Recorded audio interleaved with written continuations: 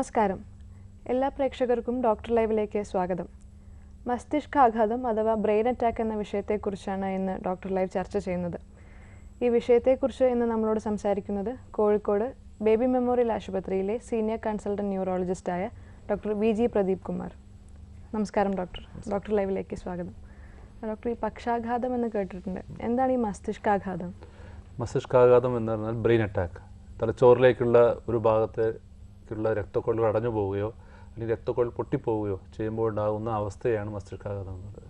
പക്ഷാഘാതം നമുക്ക് വേണമെങ്കിൽ തലച്ചോറിലെ പരിക്ക്, ഹെഡ് ഇഞ്ചുറി, അതുപോലത്തെ തലച്ചോറിലെ ട്യൂമർ, മറ്റു പല അവസ്ഥയിലും കിട്ടാം. അതേസമയം മസ്തിഷ്കാഘാതം എന്ന വാക്കുകൊണ്ട് ഉദ്ദേശിക്കുന്നത് രക്തക്കൊഴലുകളിൽ അടഞ്ഞു പോകുന്നത് മൂലമോ അല്ലെങ്കിൽ പൊട്ടിപ്പോകുന്നത് മൂലം ഉണ്ടാകുന്ന പ്രത്യേക അവസ്ഥയാണ് മസ്തിഷ്കാഘാതം എന്ന് പറയുന്നത്. ബ്രെയിൻ അറ്റാക്ക് എന്നാണ് കുറച്ചും കൂടി പോപ്പുലറായിട്ട് ഇന്ന് നമുക്ക് പറയാവുന്ന വാക്ക്. എന്തെല്ലാം തരത്തിലാണ് ഇപ്പോൾ ഈ ബ്രെയിൻ അറ്റാക്ക് ഉണ്ടാകുന്നത്? ബ്രെയിൻ അറ്റാക്ക് സാധാരണ രണ്ട് തരത്തിലാണ്. നമ്മൾ ഹാർട്ട് അറ്റാക്ക് എന്ന് പറയുമ്പോൾ ഹൃദയത്തിലേക്കുള്ള ധമനികൾ അടഞ്ഞു പോകുന്നതിന് മാത്രമാണ് ഹാർട്ട് അറ്റാക്ക് എന്ന് പറയുന്നത്. എന്നാൽ ബ്രെയിൻ അറ്റാക്ക് അല്ലെങ്കിൽ മസ്തിഷ്കാഘാതം എന്നാൽ തലച്ചോറിലേക്കുള്ള രക്തങ്ങൾ അടഞ്ഞു പോകുന്നത് മൂലമോ അല്ലെങ്കിൽ പൊട്ടിപ്പോകുന്നത് മൂലം രണ്ടും ഉണ്ടാവാം. 85% അവസ്ഥ ഈ ബ്ലോക്ക് വരുന്നത് മൂലം അല്ലെങ്കിൽ അടഞ്ഞു പോകുന്ന മൂലമാണ്. എന്നാൽ 15% ആളുകളിൽ മസ്തിഷ്കാഘാതം ഉണ്ടാകുന്നത് രക്തക്കുഴൽ പൊട്ടിപ്പോകുന്ന മൂലമുണ്ട്. അതായത് രക്തസ്രാവം, മസ്തിഷ്കത്തിലെ രക്തസ്രാവം അല്ലെങ്കിൽ ബ്രെയിൻ ഹെമറേജ് എന്ന് പറയുന്ന അവസ്ഥയാണ്. ഇത് രണ്ടും കൂടെ ചേർന്നാണ് മസ്തിഷ്കാഘാതം വരുന്നത്. ഓക്കെ, അപ്പോൾ ഇങ്ങനെയൊരു അപകടം നേരത്തെ പ്രവചിക്കാൻ അല്ലെങ്കിൽ അറിയാൻ കഴിഞ്ഞാൽ എന്തെല്ലാം ബെനിഫിറ്റ് ആണുള്ളത്? അതിൽ നമുക്കിതിൽ റിസ്ക്കുകൾ എന്താണെന്ന് വെച്ചാൽ ഏതെല്ലാം ആളുകൾക്ക് ഇത് ഉണ്ടാകാം എന്ന് വെച്ചാൽ സാധാരണ പ്രായം 65 വയസ്സിന് മുകളിൽ, പിന്നെ അമിതമായിട്ടുള്ള രക്തസമ്മർദ്ദം, പ്രമേഹത്തിൻ്റെ അളവ് കൂടുതൽ, അതുപോലെ ശരീരത്തിലെ കൊളസ്ട്രോളിൻ്റെ അളവ് കൂടുതൽ, പുകവലി, അമിതമായ മദ്യപാനം, എക്സസൈസ് ഇല്ലായ്മ, അതുപോലെ ഹൃദയ സംബന്ധമായ പല രോഗങ്ങൾ, ഇതെല്ലാം തന്നെ കാരണങ്ങളാണ്. എന്നാൽ നമ്മുടെ നാട്ടിൽ ഇന്ന് ഈ 65 വയസ്സിന് താഴെയും, അതായത് യങ് സ്ട്രോക്ക് 50 വയസ്സ് താഴെയുള്ള ആളുകളിൽ പോലും മസ്തിഷ്കാഘാതം കണ്ടുവരുന്നു. നമ്മുടെ ജീവിത സാഹചര്യങ്ങൾ മാറുന്നത് കൊണ്ടും ജീവിതശൈലി രോഗങ്ങളായിട്ടുള്ള പ്രമേഹവും രക്തസമ്മർദ്ദവും നേരത്തെ വരുന്നത് കൊണ്ടും ഈ ഇത്തരം അവസ്ഥ നമ്മുടെ നാട്ടിൽ ഇന്ന് വളരെ നേരത്തെ തന്നെ കണ്ടുവരുന്നു. ഓക്കെ, മസ്തിഷ്കാഘാതവും പക്ഷാഘാതവും തമ്മിലുള്ള റിലേഷൻ എന്തെങ്കിലും ബന്ധം എങ്ങനെയാണ്? അതിൽ പക്ഷാഘാതം എന്ന് ഉദ്ദേശിക്കുന്നത് ശരീരത്തിൻ്റെ ഒരു ഭാഗം കുഴഞ്ഞു പോവുക എന്ന് മാത്രമാണ്. മസ്തിഷ്കാഘാതം കൊണ്ട് എല്ലായ്പ്പോഴും കുഴഞ്ഞു പോകാൻ മാത്രമല്ല ഉണ്ടാവാം. പലപ്പോഴും സംസാരത്തിലുള്ള ചില കൊഞ്ഞൽ രൂപത്തിലുള്ള സംസാരത്തിലുള്ള വ്യത്യാസങ്ങൾ, അതുപോലെ സംസാരിക്കാൻ പറ്റാത്ത അവസ്ഥ, പെട്ടെന്ന് കണ്ണ് കാണാൻ പറ്റാത്ത അവസ്ഥ, അതല്ലെങ്കിൽ ചിരി ഒരു ഭാഗത്തേക്ക്, മുഖം ഒരു ഭാഗത്തേക്ക് ഓടിപ്പോവുക, നടക്കുമ്പോഴുള്ള ബാലൻസ് ഇല്ലായ്മ, ഇതെല്ലാം തന്നെ മസ്തിഷ്കാഘാതത്തിലുണ്ടാകാം. പക്ഷാഘാതത്തിൽ എന്ന് പറഞ്ഞാൽ മസ്തിഷ്കാഘാതം മൂലമുള്ള ഒരു ഭാഗത്തെ ഒരു കൈക്ക് ശരീരത്തിന് ഒരു വശത്തെ തളർച്ച, അതിനെയാണ് നമ്മൾ പക്ഷാഘാതം എന്ന് പറയുന്നത്. നമുക്കൊരു കോൾ ഉണ്ട് ഡോക്ടർ. ഹലോ, ഡോക്ടർ ലൈവിലേക്ക് സ്വാഗതം. ആരാ സംസാരിക്കുന്നത്?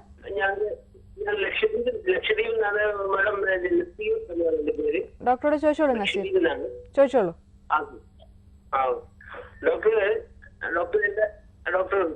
പറഞ്ഞോളൂ. സാർ, എന്റെ അച്ഛന് 2 മാസം മുമ്പ് ഈ മസ്തിഷ്കാഘാതം ഉണ്ടായി ICUലൊക്കെ അഡ്മിറ്റ് ആക്കിയായിരുന്നു.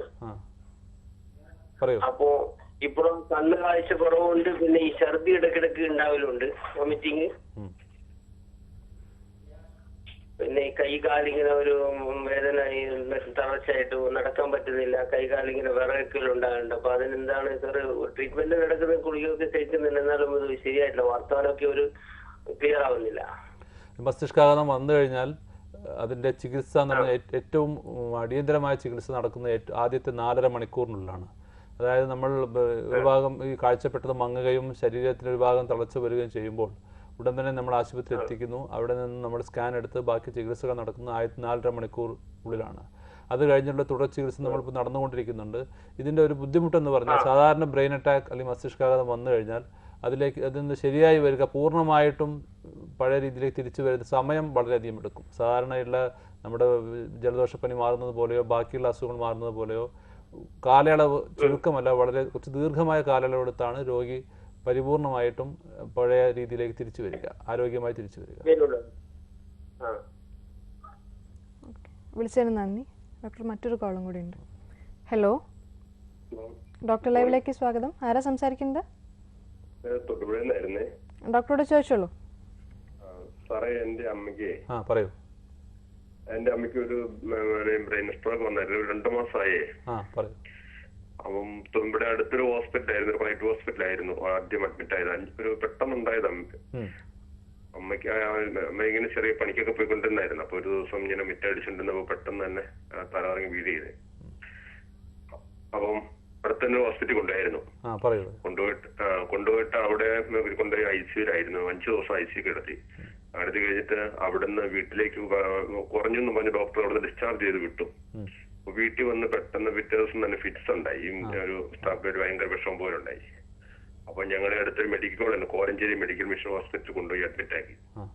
അപ്പൊ അവിടുത്തെ ഒരു neuro surgeon doctor Sreekumar doctor നോക്കിയിട്ട് ഹാർട്ടിനോട് ചെറിയൊരു ബ്ലോക്ക് കാണുന്നുണ്ട്, അതുകൊണ്ടാണ് ബ്രെയിൻ സ്ട്രോക്ക് ഉണ്ടായത് എന്ന് പറഞ്ഞ് ട്രീറ്റ്മെന്റ് ഒക്കെ ചെയ്ത് അവിടുന്ന് 1 മാസത്തോളം ഹോസ്പിറ്റലിൽ കിടന്നു.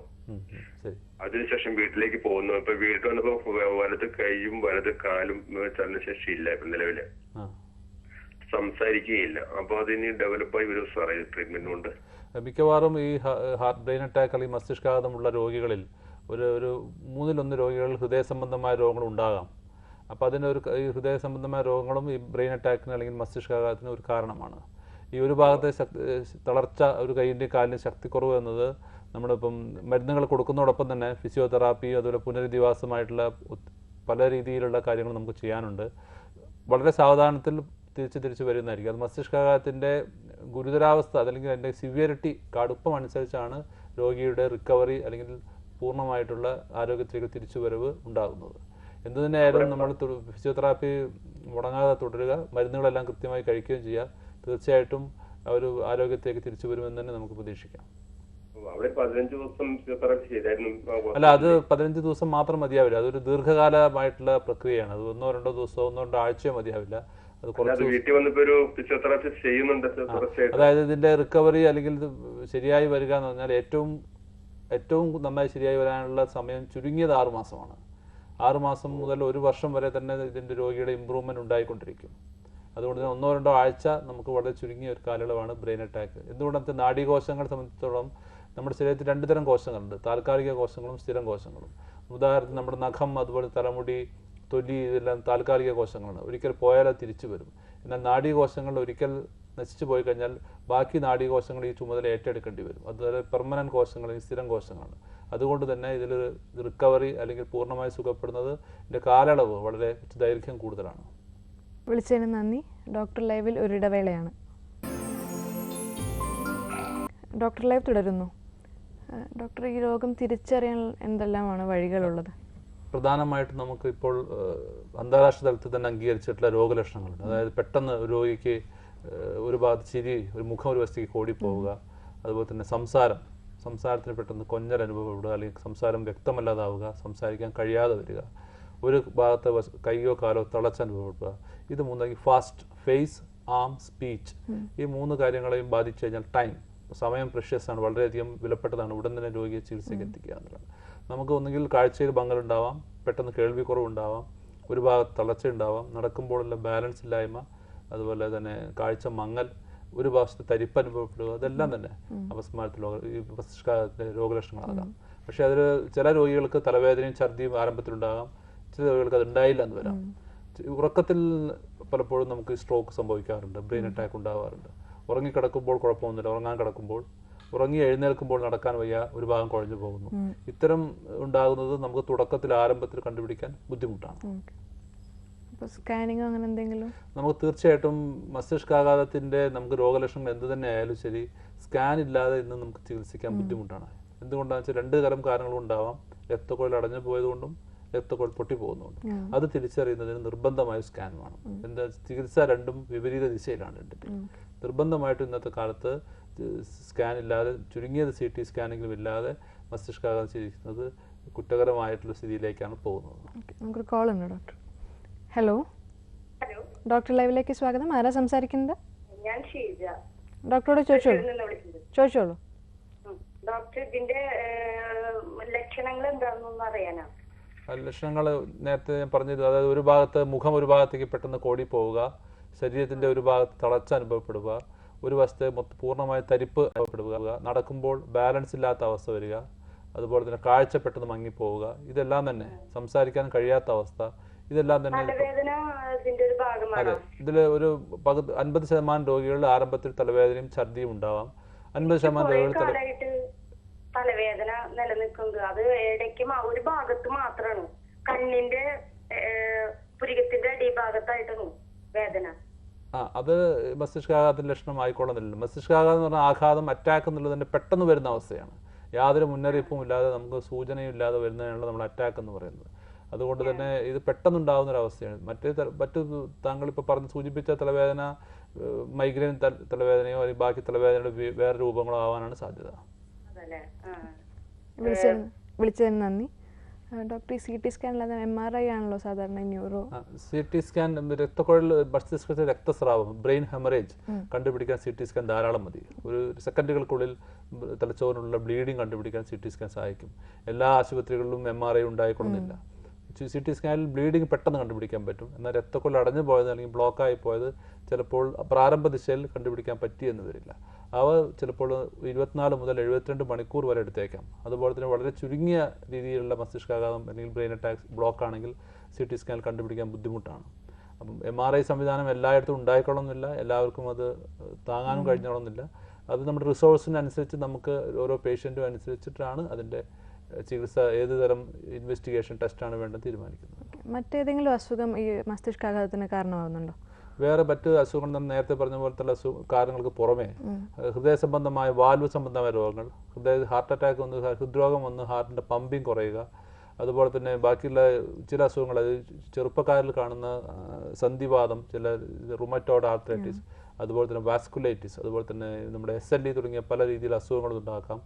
രക്തം കട്ടപിടിക്കുന്നതിന് സഹായകമായിട്ടുള്ള ആൻറ്റിഫോസ്ഫോലിപ്പിഡ് സിൻഡ്രോം തുടങ്ങിയ അപൂർവമായിട്ടുള്ള ചില രോഗങ്ങളും ഇത്തരം കാര്യങ്ങൾക്ക് മസ്തിഷ്കാഘാതത്തിന് കാരണമാണ്.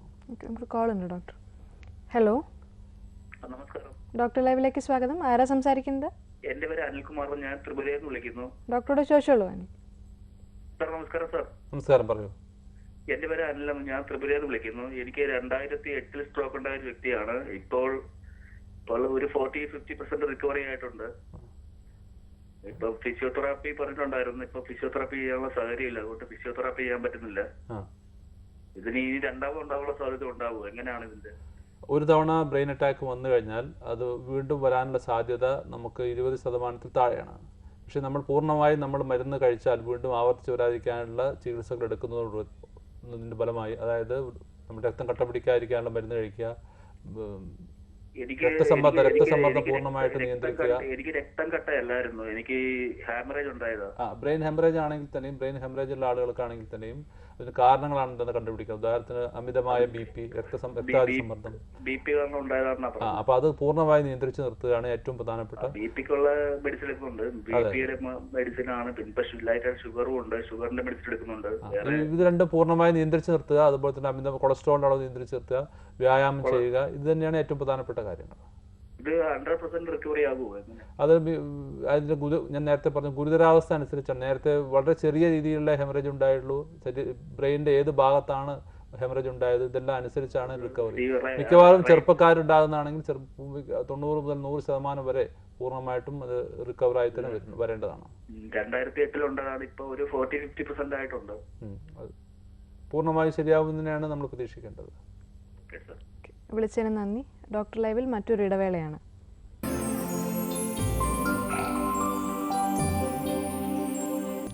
ഡോക്ടർ ലൈവ് തുടരുന്നു. ഡോക്ടർ, ഇമ്മീഡിയറ്റ് ട്രീറ്റ്മെന്റ് എത്രത്തോളം ചികിത്സയെ സഹായിക്കുന്നുണ്ട്? ഇതിൽ ഏറ്റവും പ്രധാനപ്പെട്ട നമ്മൾ മനസ്സിലാക്കേണ്ടത് ബ്രെയിൻ അറ്റാക്കിന്റെ പ്രത്യേകിച്ച് രണ്ട് തരം, ബ്രെയിൻ ഹെമറേജ് ആണെങ്കിൽ ശരി, ബ്ലോക്ക് വന്നതാണെങ്കിൽ ശരി, ചികിത്സയുടെ ഏറ്റവും ആദ്യത്തെ മണിക്കൂറുകൾ വളരെ പ്രധാനപ്പെട്ട സമയം, ഗോൾഡൻ അവർ എന്ന് പറഞ്ഞത്.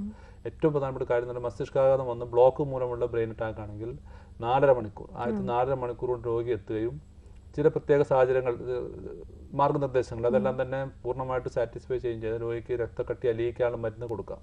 നമുക്കിപ്പോൾ വളരെയധികം ആളുകൾക്ക് അത് ബെനിഫിറ്റ് കിട്ടുന്നുണ്ട്.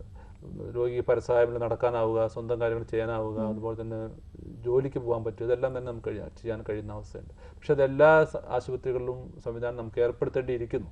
അത് നമ്മുടെ ഇപ്പോഴും നമ്മളൊരു 100 പേഷ്യൻസ് ഉണ്ടെങ്കിൽ നമുക്കൊരു 4-5 രോഗികൾക്ക് മാത്രമേ ഈ ഒരു സൗകര്യത്തിലേക്ക് എത്തിപ്പെടുന്നുള്ളൂ. എങ്ങനെയാണ് അപ്പോൾ ഇതിനുള്ള പുനരധിവാസം? പുനരധിവാസം എന്ന് പറഞ്ഞാൽ രോഗിയുടെ വ്യക്തിപരമായിട്ടുള്ള പുനരധിവാസം വ്യക്തിതലത്തിലുണ്ട്, കുടുംബതലത്തിലുണ്ട്, സമൂഹ തലത്തിലുണ്ട്, അദ്ദേഹത്തിന് ജോലി സംബന്ധമായ പുനരധി, ഇങ്ങനെ വിവിധ രീതിയിലായിട്ട് നമുക്ക് കാണേണ്ടിയിരിക്കുന്നു.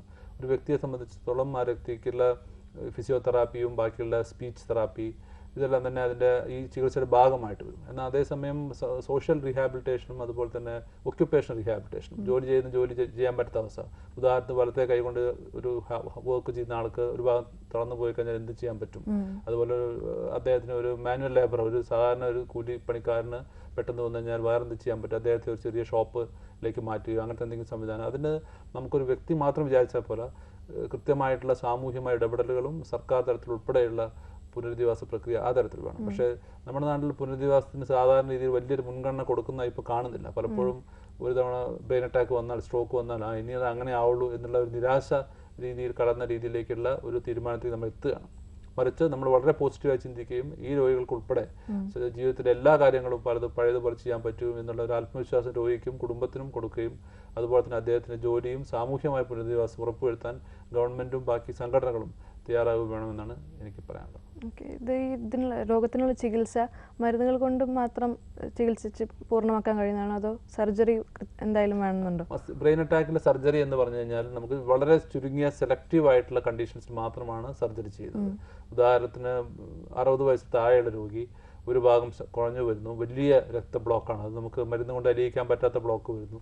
അത്തരം രോഗിയുടെ ജീവൻ അപകടത്തിൽപ്പെടുമ്പോൾ, അത് ജീവൻ നമുക്ക് രക്ഷിക്കാൻ പറ്റാത്തൊരവസ്ഥ വരുമ്പോൾ അവസാനത്തെ ഒരു സ്റ്റെപ്പ് എന്ന നിലയ്ക്ക് തലയോട്ടിയുടെ ഒരു ഭാഗം എടുത്തു മാറ്റുകയും ആ തലച്ചോറിനുള്ളിൽ അല്ലെങ്കിൽ തലയോട്ടിക്കുള്ള മർദ്ദം കുറയ്ക്കാനുള്ള ഒരു പ്രക്രിയയായിട്ടാണ് അതിൽ ചെയ്യുന്നത്. അതുപോലെ തന്നെ സെറിബെല്ലം എന്ന ഭാഗത്തുള്ള സ്ട്രോക്ക്, അവിടെ ഇതുപോലെ തന്നെ നീരുവീക്കം വന്ന് വികസിക്കുമ്പോൾ തലയോട്ടിക്കുള്ള മർദ്ദം കൂടുമ്പോൾ കുറയ്ക്കാൻ വേണ്ടി തലയോട്ടിയുടെ ഭാഗം എടുത്തു വെക്കാവുന്നതാണ്. ഇത് രണ്ടുമാണ് ബ്ലോക്ക് വരുമ്പോൾ ചെയ്യുന്നത്. സാധാരണ ബ്രെയിൻ ഹെമറേജ് വരുമ്പോഴും വളരെ പുറത്തേക്കുള്ള ഹെമറേജ് വരുമ്പോൾ മാത്രമാണ് നമുക്ക് സർജറി വരുന്നത്. അതുപോലെ ബ്രെയിൻ ഹെമറേജിന് മറ്റൊരു കാരണമായ അനൂറിസം എന്ന കണ്ടീഷനിലും സർജറിക്ക് ഒരു റോള് ഇപ്പോൾ പ്രധാനമായിട്ട് പങ്ക് നമുക്കിപ്പോൾ ഉണ്ട്. എന്താണ് അനൂറിസം എന്ന് പറഞ്ഞാൽ നമ്മുടെ രക്തക്കൊഴലുകളിലെ ജന്മനാലുള്ള വികസിക്കുന്ന ഒരു ബലൂൺ പോലെ വികസിച്ചിരിക്കുന്ന അവസ്ഥയാണ്. പലപ്പോഴും വല്ലാതെ സ്ട്രെയിൻ വരുന്ന അവസ്ഥയിൽ ആ ബലൂൺ പോലത്തെ ഭാഗത്തിൽ പൊട്ടുകയും തലച്ചോറിലേക്കുള്ള മൊത്തമായി രക്തം പടരുകയും ചെയ്യും. ഇത് വളരെ ഗുരുതരമായ അവസ്ഥയാണ്. ബ്രെയിൻ ഹെമറേജിൽ തന്നെ വളരെ ഗുരുതരമായ അവസ്ഥയാണ് അനൂറിസം ബ്ലീഡിംഗ് എന്ന് പറയുന്നത്. അതിന് നമുക്ക് കണ്ടുപിടിക്കുന്ന അനൂറിസം ഉണ്ടോ എന്ന് ആൻജിയോഗ്രാം വഴി കണ്ടുപിടിക്കാം. അത് കഴിഞ്ഞ് അനൂറിസം ഒന്നെങ്കിൽ അത് നമുക്ക് സർജറി വഴി ക്ലിപ്പ് ചെയ്യാം, അതല്ലെങ്കിൽ നമുക്ക് കോയിലിംഗ് വഴി കോയിലുകൾ കടത്തി വിട്ടുകൊണ്ട് ആ അനൂറിസത്തെ നമുക്ക് അടയ്ക്കാവുന്നതാണ്. നമുക്കൊരു കോൾ ഉണ്ട് ഡോക്ടർ. ഹലോ, ഡോക്ടറാണോ? ഡോക്ടർ ലൈവിലേക്ക് സ്വാഗതം. ആരാ സംസാരിക്കുന്നത്? ഇത് കോഴിക്കോട് നിന്നാണ്. എന്റെ വൈഫിന് വേണ്ടി സംസാരിക്കുന്നത്. ഡോക്ടറോട് ചോദിച്ചോളൂ. ഓ പറയൂ. സാറേ, ഒരു 8 മാസം ആയി സ്ട്രോക്ക് വന്നിട്ട്. 30 വയസ്സുള്ള ലേഡിയാണ്. അപ്പൊ ഒരു 2 ദിവസം ICUലായിരുന്നു, ഒരാഴ്ച അഡ്മിറ്റ് ആയിരുന്നു. ഇപ്പോഴും മെഡിസിൻ കഴിക്കുന്നുണ്ട്. ഇപ്പൊ എന്താ പ്രശ്നം എന്ന് വെച്ചാല് രണ്ടാമത് സ്കാനിങ് ചെയ്തപ്പോ അന്ന് വന്ന ക്ലോട്ടിന് ഒരു സ്കാർ ഇപ്പോഴും അവിടെ തന്നെ ഉണ്ട്. അപ്പൊ ഇപ്പൊ അനുഭവപ്പെടുന്ന തലവേദനയും തല പുകച്ചിലും. അതായത് പറഞ്ഞോളൂ. അതിപ്പോ എന്താണ് അതിന്റെ ഈ പുകച്ചിലും തലവേദനയും മാറൂല, ആ സ്കാർ പോകൂല, അത് ക്ലിയർ ആവും? അതായത് നമ്മുടെ ശരീരത്തിൽ ഒരു മുറിവുണ്ടായി കഴിഞ്ഞാൽ, മുറിവ് ഉണങ്ങിയാൽ പോലും നമുക്കൊരു കല അവിടെ ബാക്കി അവശേഷിക്കും. അതുപോലെ തന്നെയാണ് ബ്രെയിനിൽ അല്ലെങ്കിൽ തലച്ചോറിൽ ചെറിയ ഒരു ബ്ലീഡിങ്ങോ അല്ലെങ്കിൽ ബ്ലോക്കോ ഉണ്ടായി കഴിഞ്ഞാൽ അത് മാറി വരുമ്പോഴും ആ ഒരു കല അവിടെ അവശേഷിക്കും. അത് ആ ഒരു കല ശരിക്ക് അല്ല ഈ തലവേദനയ്ക്കോ തലപുകച്ചിലിനോ കാരണം. അത് ഇതുമായി ബന്ധമില്ല. അത് സാധാരണ ബാക്കിയുള്ള തലവേദനകളുടെ വിവിധ രൂപത്തിലുള്ള തലവേദന മാത്രമാണ്. ഈ ഒരു സ്കാർ കൊണ്ട് രോഗിക്ക് തലപുകച്ചിൽ തലവേദന ഉണ്ടാവാൻ സാധ്യത വളരെ കുറവാണ്. ഇതിന്റെ മുമ്പ് ഉണ്ടായിട്ടില്ല. ഇപ്പൊ ആ സ്പോട്ടിൽ തന്നെയാണ് വേദന. അതിൽ കൃത്യമായിട്ടും തലച്ചോറിനുള്ളിൽ ഒരു ബ്ലോക്ക് വന്നതിന് അതിന്റെ സമാനമായിട്ടുള്ള തലയോട്ടിക്ക് പുറത്തുള്ളൊരു വേദന ആ തൊട്ടടുത്ത ദിവസങ്ങൾ മാത്രമേ ഉണ്ടാവുകയുള്ളൂ. ദീർഘകാലാടിസ്ഥാനത്തിൽ അങ്ങനെ വേദന ഉണ്ടാവാൻ സാധ്യത വളരെ കുറവാണ്. ഏതായാലും ഇപ്പൊ ഉണ്ട്. 8 മാസമായി സംഭവം ഉണ്ടായിട്ട് ഇപ്പോഴും ഇത് അത് തൊട്ടൊരു ഡോക്ടറെ കാണിച്ചിട്ടൊന്ന് ഉപദേശം തേടുന്നതായിരിക്കും നല്ലത്. വിളിച്ചതിന് നന്ദി. ഡോക്ടർ, എന്താണ് ഈ മിനി സ്ട്രോക്ക് എന്ന് പറയുന്നത്? മിനി സ്ട്രോക്ക് എന്ന് പറഞ്ഞാൽ വളരെ മൈൽഡ് ആയിട്ടുള്ള വളരെ ലളിതമായിട്ടുള്ള രീതിയിൽ വളരെ പെട്ടെന്ന് ചില ആളുകൾക്ക് ചെറിയ സംസാരത്തിൽ കൊഞ്ഞൽ മാത്രം അനുഭവപ്പെടുക, അല്ലെങ്കിൽ ചെറിയ ഒരു തരിപ്പ് ഒരു കൈക്ക് പെട്ടെന്ന് വരിക, ബ്രെയിനിൻ്റെ അല്ലെങ്കിൽ തലച്ചോറിൻ്റെ ഒരു ചെറിയ ഭാഗത്ത് മാത്രമുള്ള ഒരു ബ്ലോക്ക് വരുന്നത് അല്ലെങ്കിൽ ബ്ലീഡിങ്ങോ ആണ് മിനി സ്ട്രോക്ക്. അത് രോഗിയുടെ ജീവിതത്തെ ബാധിക്കുന്നില്ല, പൂർണ്ണമായിട്ടും അത് റിക്കവറി ചെയ്ത് സുഖമായി പ്രാപിച്ചു വരുന്നു. അവരെ സംബന്ധിച്ചുള്ള അതിൻ്റെ ഒരു കലകളൊന്നും നേരത്തെ പറഞ്ഞ പോലെ തന്നെ യാതൊരു രീതിയിലുള്ള ബാക്കി ഭവിഷ്യത്തോട് അവശേഷിപ്പിക്കാതെ പൂർണ്ണമായിട്ടും സുഖമാകുന്ന സ്ട്രോക്കിനെയാണ് മിനി സ്ട്രോക്ക് എന്ന് പറയുന്നത്. ഈ കുട്ടികളിലുണ്ടാവുന്ന ബ്രെയിൻ അറ്റാക്കിന് കുട്ടികളിലുണ്ടാകുന്ന ബ്രെയിൻ സ്ട്രോക്കും പ്രായപൂർത്തിയായാലും വലിയ ആളുകളുണ്ടാകുന്ന വ്യത്യാസമുണ്ട്. കുട്ടികളുണ്ടാകുന്ന സാധാരണ ചിലപ്പോൾ പലപ്പോഴും ചെറിയ ആക്സിഡൻറ്റുകളുണ്ട്. കുട്ടി പെട്ടെന്ന് കഴുത്തോട് തിരിഞ്ഞു വീഴുന്ന പരമായിട്ട് ഇവിടുത്തെ ധമനികൾ പെട്ടെന്ന് അടഞ്ഞു പോവുക, അതല്ലെങ്കിൽ ജന്മന രക്തം കട്ടപിടിക്കാൻ കാരണമായിട്ടുള്ള സിക്കിൾ സെൽ അനീമിയ തുടങ്ങിയ പല രോഗങ്ങളുണ്ട്, അതുകൊണ്ടുണ്ടാകുന്ന ബ്ലോക്കുകൾ, അതല്ലെങ്കിൽ ബാക്കി നമ്മുടെ രക്തം കട്ടപിടിക്കുന്ന ഘടകങ്ങളിൽ ഉണ്ടാകുന്ന വ്യത്യാസം, ഇത്തരം കാര്യങ്ങളിലാണ് കുട്ടികളുണ്ടാകുന്ന സ്ട്രോക്ക്. കുട്ടികളുണ്ടാകുന്ന സ്ട്രോക്ക് മിക്കവാറും റിക്കവറി അല്ലെങ്കിൽ പൂർണ്ണ സുഖമാകാനുള്ള സാധ്യത വളരെ കൂടുതലാണ് പ്രായപൂർത്തിയായുള്ള ആളുകളെ അപേക്ഷിച്ചിട്ട്.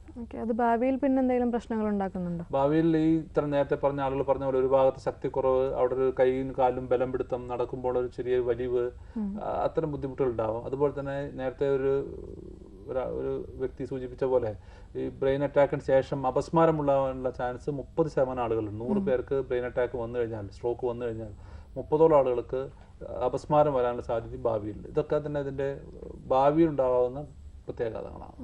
ഡോക്ടർ, സമയം ഇവിടെ പൂർണ്ണമായി. മസ്തിഷ്കാഘാതത്തെക്കുറിച്ച് ഞങ്ങൾക്ക് വിശദീകരിച്ചു തന്നതിന് നന്ദി.